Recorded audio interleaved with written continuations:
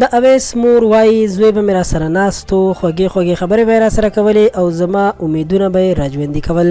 هغه وایي چې زامن مې نور هم شته، خو د اویس ځای به څوک ونه نیسي ځکه چې هغه ډېر جدا خویونه لرل او د هغه یادونه به مې بالکل هیر نشي. د اویس مور ډېره غمجنه ښکارېده او غمجنه به ولې نه وي چې دومره ښایسته زوی او د زړه ټوټی ظالمانو ترې په ابدي خوب خاموشه کو.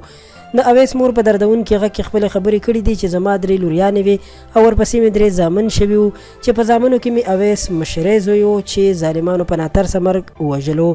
د اویس د مور وینا ټول خلک خفه کړل او د اویس پلار هم ویلي دي چې د سوچ پونه خوب نه راځي. په دې سوچ کې یم چې ولې را سره داسې بد شول ځکه چې ما خو چا سره بد هم نه دي کړي.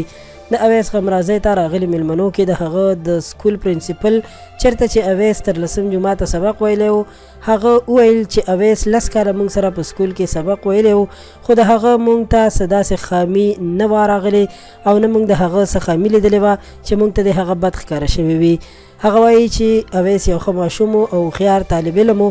د کلي خلکو او په ټولو پښتنو یې غږ کړی دی چې د اویس پلار سره اوږه په اوږه ودرېږي ځکه که دا کار نن اویس سره وشو سبا د بل چا بچي سره هم کېدلی شي.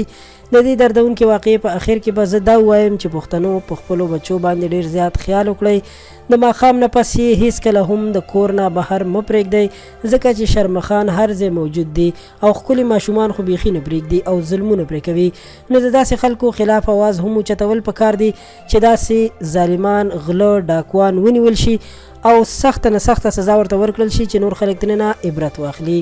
دوستانو دا زموږ د نن ورځې ویډیو مننه کوم چې تر اخره را سره پاتې شوئ. پښتو پوسټ چینل در سره سبسکرایب کړئ. ډیره ډیره مننه.